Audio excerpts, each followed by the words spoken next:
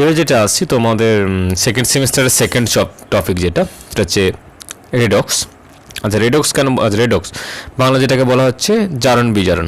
আচ্ছা রেডক্স কেন একসঙ্গে ওয়ার্ডটা ইউজ করা হচ্ছে দেখবে না, রিডাকশান রিয়াকশান যদি কোনো জায়গাতে হয় তার সঙ্গে সঙ্গে কমপ্লিমেন্টারি হিসাবে অক্সিডেশন রিয়াকশান হবে, বা উল্টোভাবে বললে অক্সিডেশন রিয়াকশান যদি হয় তাহলে সেখানে রিডাকশান রিয়াকশান হবে। জারণ হলে বিজারণ হবে, আবার বিজারণ হলে তার সঙ্গে সঙ্গে কমপ্লিমেন্টারি হিসাবে পরিপূরক হিসাবে বিজারণ বিক্রিয়া হবে, বুঝেছেন? তাই জন্য এদেরকে দুজনকে একসঙ্গে, মানে বাংলা যেটাকে জারণ বিজারণ বলা হচ্ছে, ইংলিশে সেটাকে বলা হচ্ছে রেডক্স। এই রিডাকশান রিয়াকশানের সামনের পোর্শনটা আর অক্সিডেশনের সামনের পোর্শনটা নিয়ে হচ্ছে রেডক্স রিয়াকশান। আচ্ছা এবার অক্সিডেশন রিয়াকশানের ডেফিনেশন কী দেওয়া হচ্ছে না, অক্সিডেশন নাম্বারের হিসাবে ডেফিনেশন দিলে হয়ে যাচ্ছে অক্সিডেশন নাম্বারের ইনক্রিজ অফ অক্সিডেশন নাম্বারকে বলা হচ্ছে অক্সিডেশন রিয়াকশান। আচ্ছা এটা অক্সিডেশন রিয়াকশানের ডেফিনেশন। আচ্ছা অক্সিডেশন নাম্বারে ইনক্রিজ কখন করবে, যদি ইলেকট্রন রিলিজ করে, তাহলে দুটো টাইপের ডেফিনেশন, একটা হচ্ছে increase of oxidation number, otherwise ডিফারেন্টভাবে বলবো মানে ইলেকট্রন কনসেপ্ট থেকে release of electron,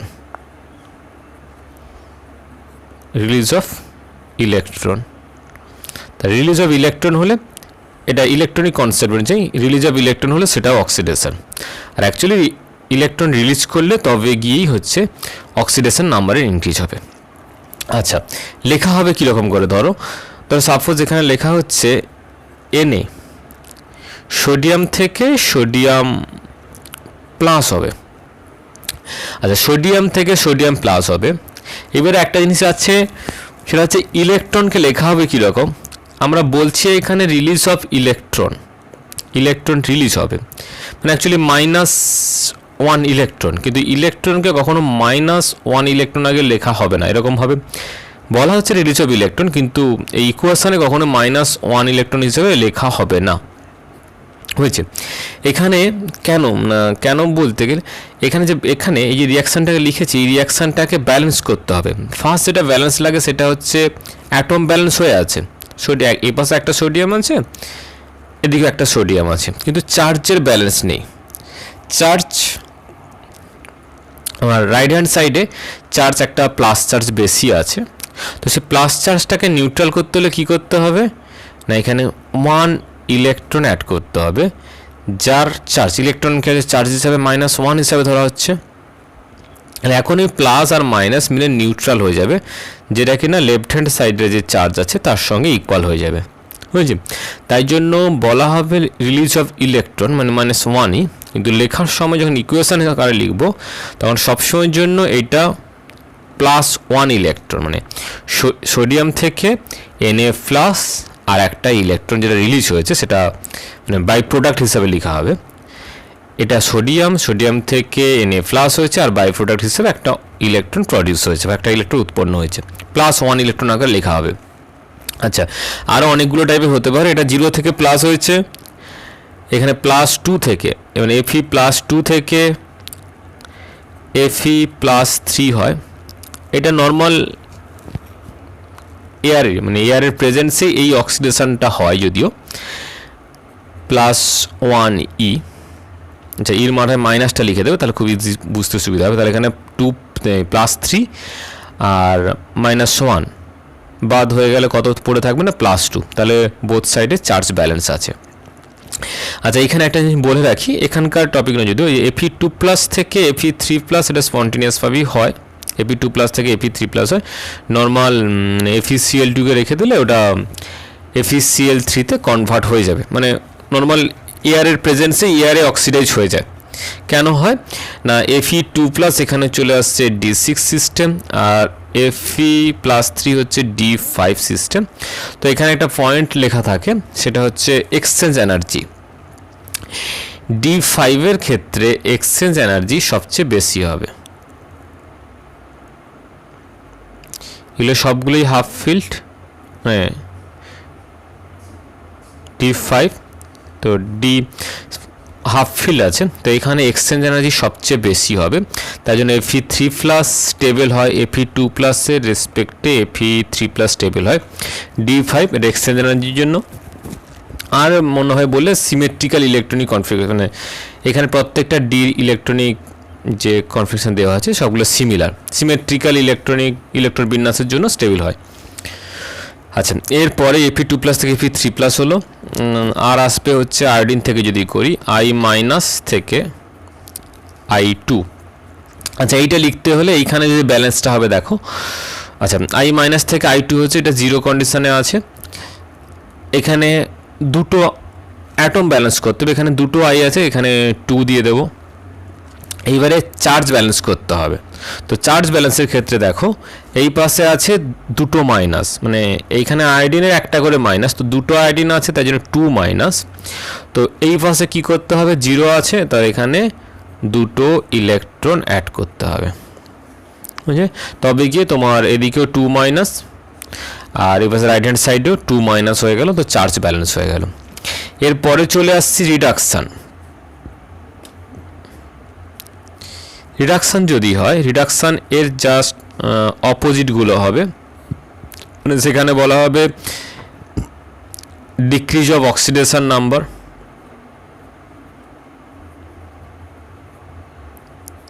decrease of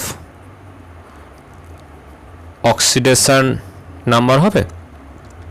R decrease of oxidation number decrease কিভাবে হয় না, যদি ইলেকট্রন অ্যাকসেপ্ট করে,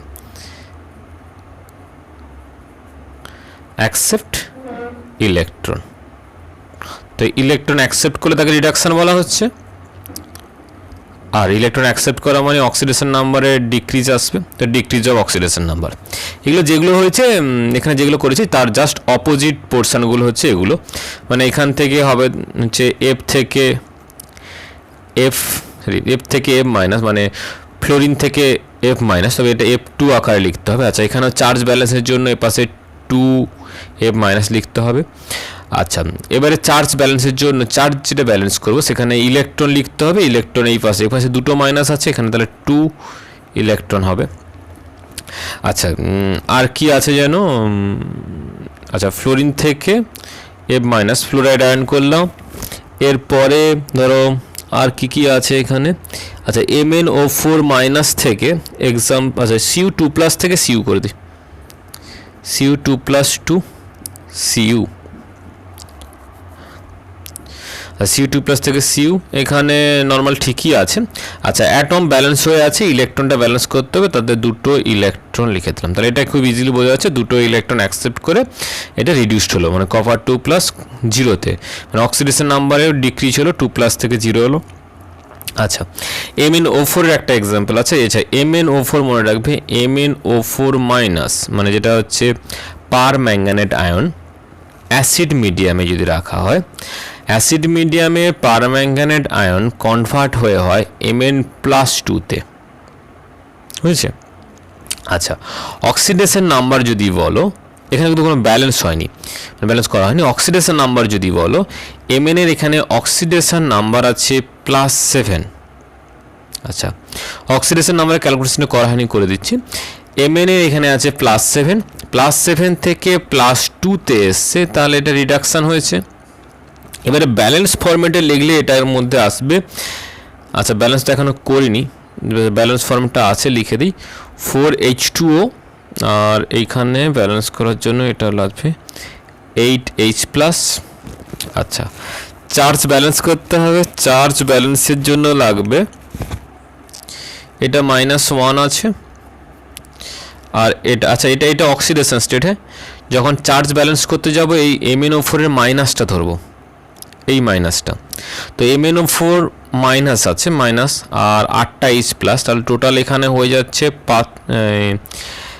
+7, 7টা প্লাস আছে, মানে চার্জটা 8টা প্লাস ছিল আর একটা মাইনাসের জন্য টোটাল 7টা প্লাস থাকছে। আর এর পাশে কি থাকছে না +2, হয়েছে? তাহলে আমার রাইট হ্যান্ড সাইডে দুটো প্লাস থাকছে আর লেফট হ্যান্ড সাইডে +7 আছে, তাহলে এখানে এই +2-র সঙ্গে ইকুয়াল করতে হলে এখানে কী করতে হবে, আমার একটাই উপায় আছে, ইলেকট্রন অ্যাড করা।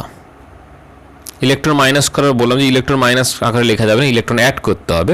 তাহলে এই পাশে ইলেকট্রন অ্যাড করতে হবে, তাহলে 5টা মাইনাস, ইলেকট্রনের চার্জ মাইনাস, তো 5টা মাইনাস অ্যাড করে দিলে এখানে 2 হয়ে যাবে। এই পাশে যেটা প্লাসে 7টা ছিল সেটা তোমার 5টা মাইনাস হলে +2তে হয়ে যাবে। তাহলে বোথ সাইডই +2 হয়ে গেলে এখন ব্যালেন্স হয়ে আছে। তাহলে আলটিমেটটা কি হবে দেখে নাও না, MnO4 minus 8H plus 5E Mn +2 আর 4H2। এইগুলো করার জন্য লাগলে, এগুলো লেখার প্রয়োজন নেই, এগুলো নিজের জন্য লাগবে। আচ্ছা, এরপরে যেটা চলে আসছি সেটা হচ্ছে কিছু অক্সিডেশন নাম্বারের ক্যালকুলেশন জানতে হবে। আচ্ছা, MnO4টা নিয়ে ফার্স্ট শুরু করি। এটা হচ্ছে পার ম্যাঙ্গানেট আয়ন MnO4 মাইনাস। আচ্ছা, MnO4 মাইনাসে জানতে চাইবে Mn এর অক্সিডেশন স্টেট কত, x। সাপোজ ধরে নিলাম Mn এর x, তাহলে x প্লাস অক্সাইড আছে, এখানে অক্সাইড ফর্মে আছে। কতগুলো অক্সাইড আছে না, 4টে। এবারে অক্সাইড হলে কত হয় বলেছিলাম না, অক্সাইড হলে -2। আচ্ছা, এবারে ওভারঅল কত চার্জ আছে না, ওভারঅল -1। তাহলে এটা ইকুয়াল দিয়ে লিখবে -1। তাহলে এক্স এখানে কত হয়ে যাবে, -1 প্লাস 8 প্লাস 7। সাপোজ এটা যে হয়তো পারম্যাঙ্গানেট আয়ন হিসেবে আছে, এটা যদি পটাশিয়াম পারম্যাঙ্গানেট সল্ট হিসেবে থাকতো, মানে KMnO4 কন্ডিশনে থাকতো, তাহলে তখন কি করতাম, তখন দেখবে পটাশিয়ামের অক্সিডেশন, সে যে ছকটা দিয়েছিল ওখান থেকে জানবে যে কিছু কিছু মানে পটাশিয়ামের K+ এটা সবাই জানে। তো পটাশিয়ামের জন্য, আচ্ছা Mn এর জন্য x ধরে নিই, পটাশিয়ামের জন্য +1, Mn এর জন্য x, 4টা অক্সাইড আছে, 4 × -2। ওভারঅল কত হবে, ওভারঅল এখানে কিচ্ছু নেই মানে 0 আছে, তো ওভারঅল টোটাল মিলে হবে 0 মানে নিউট্রাল। তাহলে এখানে x ইকুয়াল কত হয়ে যাবে, x + 1 -8 = 0 আর x ইকুয়াল হয়ে যাবে +7। সব ক্ষেত্রে একই আসবে, অন্য কথা না, যেভাবেই করো না কেন। Mn এর ক্ষেত্রে পারম্যাঙ্গানেট আয়ন হল আর পারম্যাঙ্গানেট মানে পটাশিয়াম পারম্যাঙ্গানেট সল্ট হল, বোথ ক্ষেত্রেই পটাশিয়াম +7ই আছে, হয়েছে। আচ্ছা, এরপরে সাপোজ ধরো পটাশিয়াম ডাইক্রোমেট আছে। আচ্ছা, K2Cr2O7। ডাইক্রোমেটের কালার হচ্ছে অরেঞ্জ কালার, ডাইক্রোমেট অরেঞ্জ কালারের হয়। আচ্ছা, 12-এ পড়েছে ডাইক্রোমেটের অরেঞ্জ কালার। এই অরেঞ্জ কালারের কারণ কি না, এখানে ligand to metal charge transfer হয়, LMCT হয়, এখানে ligand to metal charge transfer হয় ডাইক্রোমেটে। এটা পটাশিয়াম ডাইক্রোমেট আয়ন, এটা বেশ ডিপ অরেঞ্জ কালার হয় এবং কালারটা অ্যারাইজ করছে LMCT ligand to metal charge ট্রান্সফারের জন্য। আচ্ছা, আর একটা জায়গায় বলি, সেটা হচ্ছে ক্রোমেট। ক্রোমেটও CrO4 2- হয়, এগুলো কিছু জিনিস মনে রাখতে হবে। ক্রোমেট CrO4 2-, ডাইক্রোমেট হলে, ডাইক্রোমেটটা বেসিক্যালি ডাইক্রোমেট আয়ন বললে Cr2O7 2-, এটা আয়ন আকারে লিখলে এটা হচ্ছে Cr2O7 2-, আর ক্রোমেট হলে CrO4 2-। আচ্ছা, ক্রোমেটের কালারটা হয় ইয়েলো, এখানেও সেম আসবে, এখানেও লিগেন্ড টু মেটাল চার্জ ট্রান্সফারের জন্য কালারটা অ্যারাইজ করে। আচ্ছা, আমার এখানে যেটা লাগবে সেটা হচ্ছে অক্সিডেশন নাম্বার। ধরো এখানে ডাইক্রোমেটের ক্ষেত্রে পটাশিয়াম ডাইক্রোমেট বলেছি, তো আমি ক্রোমিয়াম ধরে নিলাম x। আচ্ছা, পটাশিয়াম কতগুলো আছে, 2টো, 2 × +1 প্লাস ক্রোমিয়াম আছে দুটো ক্রোমিয়ামের x করে দিচ্ছি 2x। আচ্ছা, অক্সিজেন আছে 7খানা অক্সাইড -2 আর ওভারঅল হচ্ছে 0। তাহলে +2 + 2x - 14 = 0। ইমপ্লেস কী হবে না, 2x ইকুয়াল উপাশে চলে আসবে +12 আর x ইকুয়াল চলে আসবে 6। আচ্ছা, এখানে ক্রোমেটের ক্ষেত্রে কি আসবে দেখে নাও। ক্রোমেটের ক্ষেত্রে ক্রোমিয়ামের এখানে x ধরে নিলাম, তো x প্লাস 4টে অক্সাইড আছে -2, এগুলো নর্মালি হবে রেয়ার একজনের ক্ষেত্রে করব। আচ্ছা, 4টে অক্সাইড আছে 4 - 2। আচ্ছা, ওভারঅল হচ্ছে 2 - চার্জ আছে, তাহলে -2-র সঙ্গে ইকুয়াল করব। তাহলে হয়ে যাবে x ইকুয়াল -2, আর এপাশে 4 2 কত আছে -8, এপাশে গেলে +8, তাহলে x ইকুয়াল 6। ক্রোমের ডাইক্রোমের বোধ ক্ষেত্রেই ক্রোমিয়ামের অক্সিডেশন স্টেট +6ই আছে।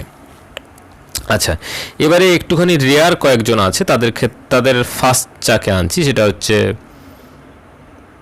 তোমার ওই CrO5 যে ডাইক্রোমেট আছে, পটাশিয়াম ডাইক্রোমেটের সঙ্গে H2O2 রিয়াক্ট করালে, মানে K2Cr2O7 এর সঙ্গে যদি H2O2 রিয়াকশান করানো হয় তখন একটা ব্লু কালার কম্পাউন্ড তৈরি হয়, ব্লু কালার। এই ব্লু কালারের কম্পাউন্ডটার হচ্ছে CrO5, ক্রোমিয়াম পেন্টক্সাইড। আচ্ছা, এখানে জানতে চাইবে ক্রোমিয়ামের অক্সিডেশন স্টেট কত। এটা একটুখানি রেয়ার বলতে, এটা করতে হলে ক্রোমিয়াম CrO5 এর স্ট্রাকচারটা জানতে হবে। আচ্ছা, CrO5 এর স্ট্রাকচারটা খুব ভালো, এটা একটা বাটারফ্লাই স্ট্রাকচার হয়, Cr, এটা ডাবল বন্ড O। আচ্ছা, এইবারে প্রথমবার পারক্সাইডের কথাটা আসছে। পারক্সাইড আর অক্সাইড, এখানে যতগুলো অক্সিজেন আছে সবগুলো অক্সাইড বা সবগুলো পারক্সাইড নয়, এর মধ্যে একটা আছে ওটা অক্সাইড, যেটা ডাবল বন্ড আকার আছে, এটা হচ্ছে অক্সাইড। আর পার বন্ড মানে পার অক্সাইড যেটাকে পার বন্ড যেটা বলা হয়, অক্সিজেনের মধ্যে অক্সিজেন এই যে সিঙ্গেল বন্ড আছে ও লিঙ্কেজটা, এই ও লিঙ্কেজটাকে বলা হচ্ছে ফেরক্সাইড বা পারক্সাইড। আচ্ছা, পারক্সাইড থাকলে তার অক্সিডেশন স্টেট কত হয় সেইটা একটুখানি বলতে হবে না। অক্সাইড হলে, এবার বলে রাখি, অক্সাইড হলে হবে -2, পারক্সাইড যেটা আছে ওটার জন্য আসবে -1, মানে এর জাস্ট -2 অর্ধেক হচ্ছে। আর একটা আছে সেটা হচ্ছে সুপার অক্সাইড। আচ্ছা, সুপার অক্সাইড হলে আসবে তোমার -1/2। আচ্ছা, এগুলো কি আকারে লেখা হয় দেখো, ও তোমার 2 - 2 আকারে লেখা হবে। আর পারক্সাইড হলে লেখা হবে O2 2-। আচ্ছা, এটা হচ্ছে 2-। আর সুপার অক্সাইড হলে লেখা হবে O2 -1, মানে দুটো মিলে একসঙ্গে থাকছে। অক্সাইড সিম্পল একা থাকছে, আর এগুলো O2 2-, O2 -1 এরকম করে থাকছে। আচ্ছা, এরপরে যে ঝামেলাটা চলে আসছে, তাহলে এখানে কি করে ক্যালকুলেট হবে না, ক্রোমিয়ামে ধরে নেবে x প্লাস অক্সাইড একটা আছে -2, আর এগুলো সব পারক্সাইড মানে -1 -1 -1 -1, তাহলে 4টে আছে -1 ইকুয়াল, তো ওভারঅল চার্জ 0 আছে, তো 0, তো x ইকুয়াল হয়ে যাবে হচ্ছে +6। তাহলে যে ক্রোমিয়াম CrO5 ক্রোমিয়াম পেন্টক্সাইড, এখানেও ক্রোমিয়ামের অক্সিডেশন স্টেট +6-এ আছে, হলো। আচ্ছা, এইগুলো হচ্ছে তোমার অক্সিডেশন নাম্বারের ক্যালকুলেশন, বুঝেছে।